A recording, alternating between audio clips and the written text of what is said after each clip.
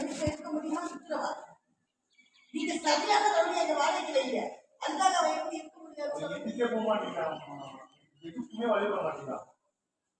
வீட்டுக்கு மாலை போக முடியாம மாலை மூணாவது மணி 5 மணி ஐயாத்துல இருக்கேன். பையன் யாரோடாம குளிச்சுட்டு இருக்கான்.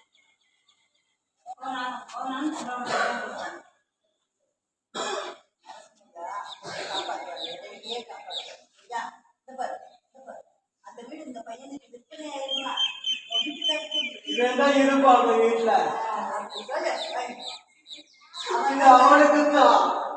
அவன் எடுக்க விட மாட்டேங்கிறான். என்ன பண்றது? அவனுக்கு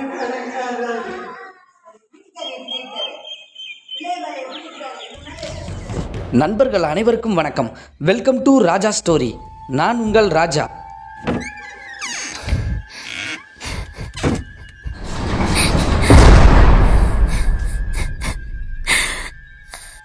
நீங்கள் முன்பு பார்த்த இந்த வீடியோ பற்றி தாங்க நாம் இன்றைக்கி 167வது எபிசோடாக பார்க்க போகிறோம். இந்த சம்பவம் திருநெல்வேலியிலிருந்து சரியாக ஒரு 37 கிலோமீட்டர் சரௌண்டிங்குள் அமைந்துள்ள ஒரு சின்ன கிராமத்தில் ராஜ்குமார் அப்படின்னு சொல்லக்கூடிய ஒரு 30 வயசு நிறைந்த ஒரு வாலிபருக்கு ஒரு பாட்டியம்மா பேய் விரட்டக்கூடிய ஒரு நிகழ்ச்சி தாங்க நடந்துக்கிட்டு இருக்குது. இந்த சம்பவத்தை ராஜ்குமாரின் நண்பர் சரவணன் அப்படின்னு சொல்லக்கூடிய நமது சேனலின் சப்ஸ்கிரைபர் தாங்க நமக்கு 4 நாட்களுக்கு முன்பு கிட்டத்தட்ட இந்த சம்பவம் ஒரு வாரத்துக்குள்ளே தாங்க நடந்திருக்கு. இந்த சம்பவத்தை பற்றி நமக்கு வீடியோ எடுத்து அனுப்பி விட்டுருக்காங்க. இதை பற்றி கண்டிப்பாக பேசுங்கண்ணா அப்படிங்கிற மாதிரி சொல்லியிருக்காங்க. அதனால தாங்க 167வது எபிசோடாக இந்த சம்பவத்தை நம்ம பதிவிட்டிருக்கோம். மேலும் நண்பர்களே, நீங்கள் ஹாரர், த்ரில்லிங், அமானுஷ்யம் இது போன்ற கோஸ்ட் ஸ்டோரி எல்லாம் விரும்பி பார்ப்பீங்க கேட்பீங்க அப்படின்னா மறக்காமல் நமது ராஜா ஸ்டோரியை சப்ஸ்கிரைப் பண்ணிவிட்டு பக்கத்தில் இருக்கக்கூடிய ஆல் அப்படிங்கிற பெல் பட்டனை அமைக்கோங்க. அப்போ தான் நாம் போடக்கூடிய அனைத்து வீடியோக்களுமே உங்களுக்கு உடனுக்குடன் சேர்ந்து விடும் அப்படிங்கிறத தெரியப்படுத்திக்கிறேன் நண்பர்களே. மேலும் இந்த வீடியோ உங்களுக்கு பிடிச்சிருந்துச்சுன்னா மறக்காமல் இந்த வீடியோக்கு ஒரு லைக்கை போட்டுட்டு உங்கள் நண்பர்களுக்கும் இந்த வீடியோவை ஷேர் பண்ணி இப்படி ஒரு சேனல் இருக்குது அப்படிங்கிறத உங்கள் அன்பின் நிமித்தமாக நம்ம ராஜா ஸ்டோரிக்கு ரெக்கமெண்ட் பண்ணி விடுங்க நண்பர்களே. மேலும் உங்கள் வாழ்விலும் இது போன்று ஏதாவது மறக்க முடியாத ஒரு சில அமானுஷ்யமான திகில் சம்பவங்கள் நடந்திருந்தால் டிஸ்பிளேயில் காட்டப்படக்கூடிய இந்த ராஜா ஸ்டோரி அப்படிங்கக்கூடிய இந்த வாட்ஸ்அப் எண்ணிற்கு ஒரு வாய்ஸ் மெசேஜாக கூட அனுப்புங்க நண்பர்களே. கண்டிப்பாக நமது சேனலில் அது ஒளிபரப்பப்படும் அப்படிங்கிறத தெரியப்படுத்திக்கிறேன். மேலும் வாங்க நண்பர்களே, இன்னைக்குள்ள அந்த அமானுஷ்யமான திகில் சம்பவத்துக்குள்ளே நாம் போகலாம்.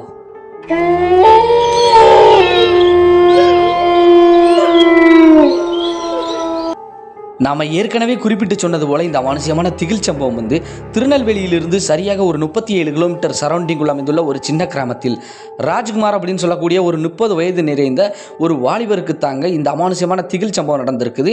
இதை கண்டு மிரண்டு போன அந்த ஒட்டுமொத்த குடும்பத்தினரும் ராஜ்குமாரை அந்த கிராமத்தில் இருந்து, அவங்க சொந்த கிராமத்தில் இருந்து ஒரு 4 கிராமம் தள்ளி இருக்கக்கூடிய ஒரு நரசிங்கர் கோயிலுக்கு கூட்டு ஒரு பாட்டியம்மா மூலியமாக அந்த ஆன்மாவிடம் பேச்சுவார்த்தை நடத்தி அதை விரட்டுவதற்கு பல போராட்டங்களுக்கு மத்தியில் விரட்டி அனுப்பியிருக்கிற மாதிரி சொல்லியிருக்கிறாங்க நண்பர்களே.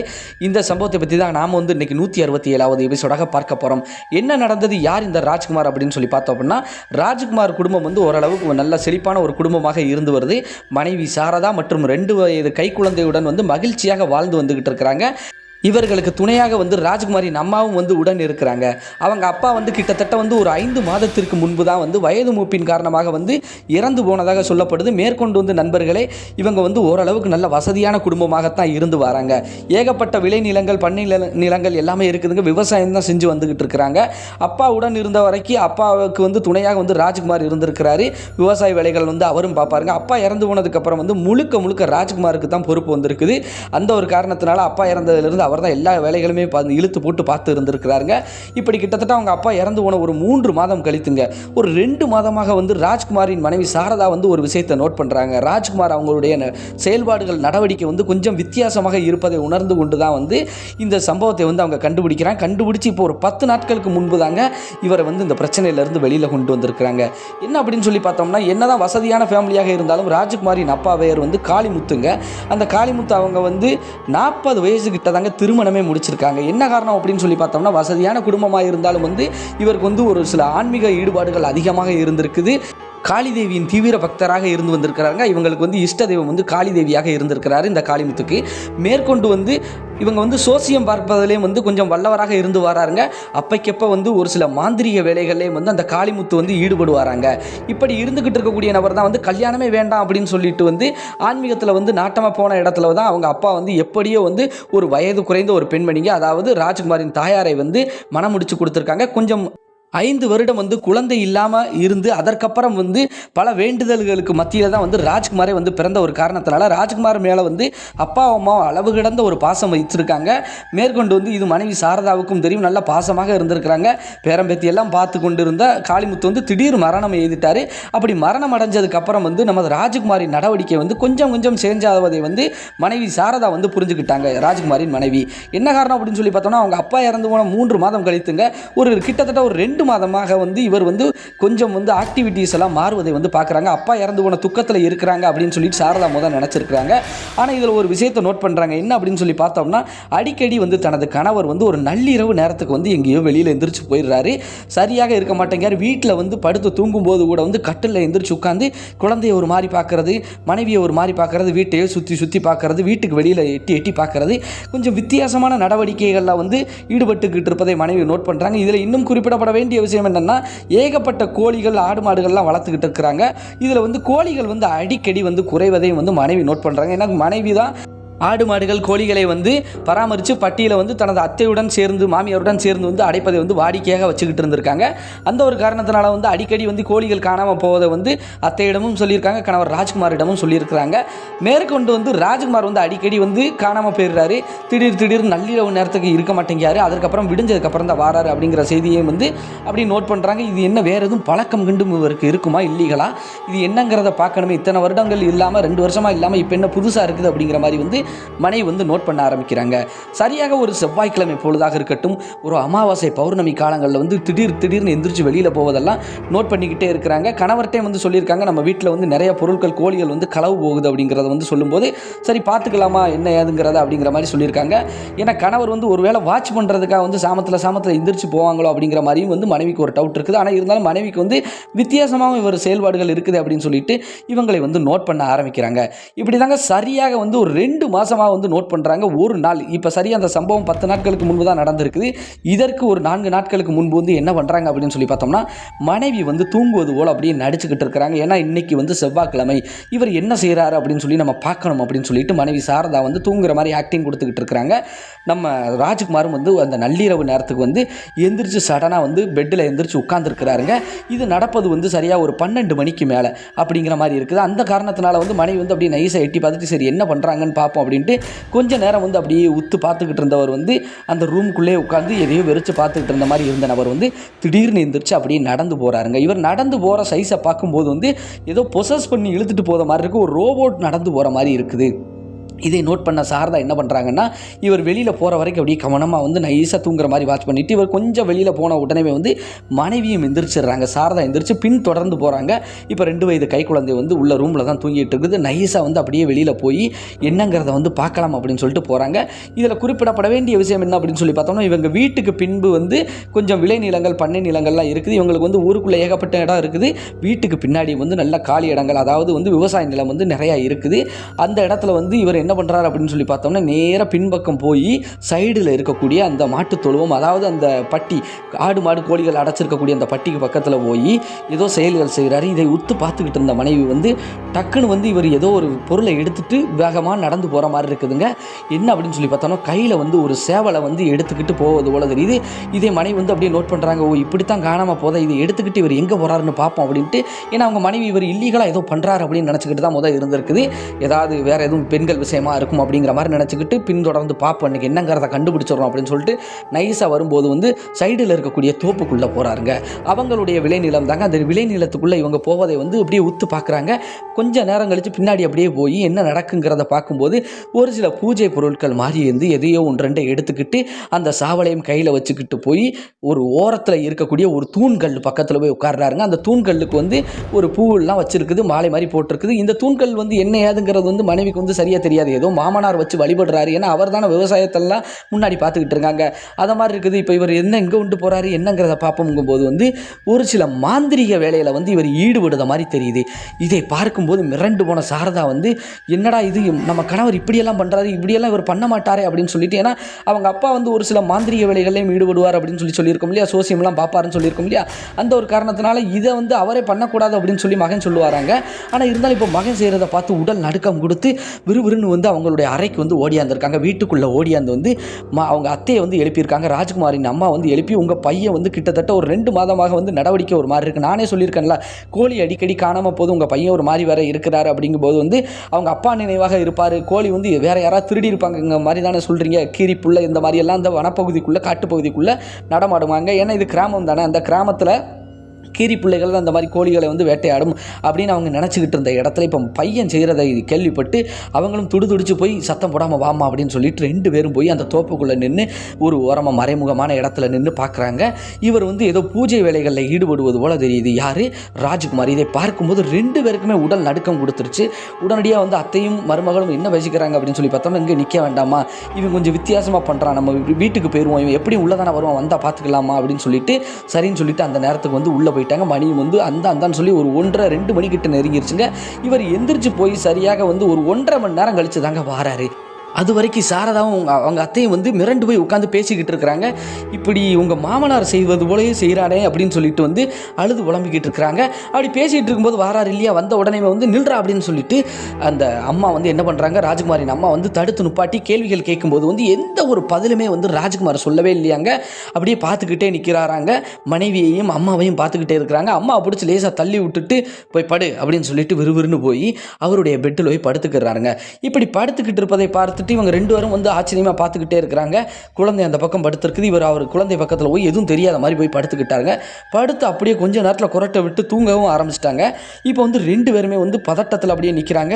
என்னமா நடக்குதுங்க அப்படின்னு சொல்லிட்டு மருமகளை பார்த்து கேட்கும்போது, அதை நான் கேட்கணும், ஏன் இப்படி பண்ணுறாரு, இவங்க அப்பா இப்படித்தான் ஏன் இதுக்கு முன்னாடி பண்ணுவாங்க, இப்போ இந்த பையன் இப்படி பண்ணுறானே அப்படிங்கிற மாதிரி பதறி போய் இது என்னங்கிறத செய்யணும், என் பையனுக்கு வந்து மாந்திரீகத்தில் வந்து ஈடுபாடே கிடையாது, ஆசையே கிடையாது, ஆனால் இப்படி பண்ணுறானே அப்படின்னு சொல்லிட்டு விடிய தூங்காமல் வந்து பக்கத்திலே இருக்கிறாங்க. ஆனால் இவர் நல்லா அசந்து தூங்கிட்டாருங்க. அதற்கப்புறம் வந்து வழக்கம் போல் வந்து நார்மலாக எந்திரிச்சு அவருடைய வேலைகளில் வந்து தோட்டத்து வேலைகள் எல்லாம் பண்ணை வேலைகளை வந்து ஈடுபட ஆரம்பிச்சாச்சு. மனைவி வந்து கேட்குறாங்க, எங்க நேற்று நைட்டு சாமத்தில் எங்கே போனீங்க, என்ன செஞ்சீங்க அப்படின்னு கேட்கும்போது வந்து, நீ என்ன லூஸானா, இங்கே தானே படுத்து தூங்கிட்டு இருந்த அப்படின்னு இதுக்கு முன்னாடி சொன்ன மாதிரியே சொல்கிறாருங்க.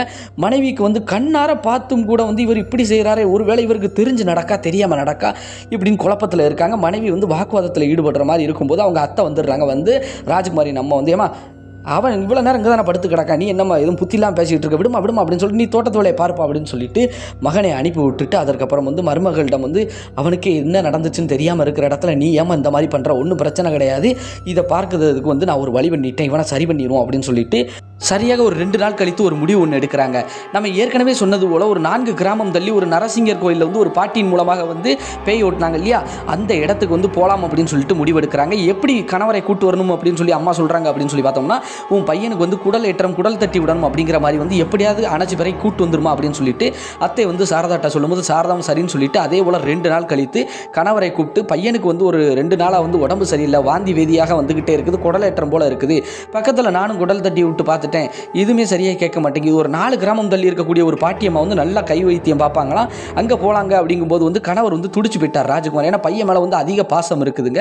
அந்த ஒரு காரணத்தினால சரி அங்கேயே போகலாம் அப்படின்னு சொல்லிட்டு அங்கே கிளம்பி போகிறாங்க. அங்கே போகும்போது தாங்க தெரியுது சரியாக அந்த இடத்துல வந்து அவங்க சொந்த பந்தங்கள் ஒரு 4-5 பேர் இருக்கிறாங்க. அவங்க அம்மா இருப்பதையும் பார்த்து கொண்ட ராஜ்குமார் வந்து, என்ன நீங்களும் இங்கே வந்திருக்கீங்க அப்படிங்கும்போது வந்து, நாங்கள் ஒரு சோழி அங்கே வந்தோம், நீங்கள் என்ன அப்படிங்கிற மாதிரி தெரியாத மாதிரி சொல்கிறாங்க.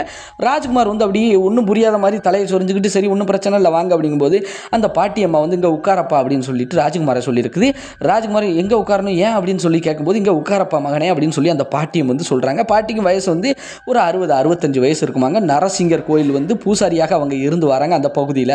அந்த ஒரு காரணத்தினால சரின்னு சொல்லிட்டு உட்கார்றாங்க. நார்மலாக தான் இருக்கிறாங்க. இவர் வந்து அந்த அமாவாசை பௌர்ணமி நேரத்தில் ஒரு குறிப்பிட்ட டைம் அப்படி இருக்காருன்னு சொல்லி மனைவிக்கும் தெரியும், நம்மளும் சொல்லியிருக்கோம் இல்லையா, வெள்ளி செவ்வாய்க்கு வந்து ஒரு மாதிரி இருப்பார் அப்படிங்கிற மாதிரி சொல்லியிருக்கோம் இல்லையா. பெரும்பாலும் செவ்வாய்க்கிழமை தான் பூஜைகளில் வந்து ஒரு சில டைம் ஈடுபடுவது வழக்கம்.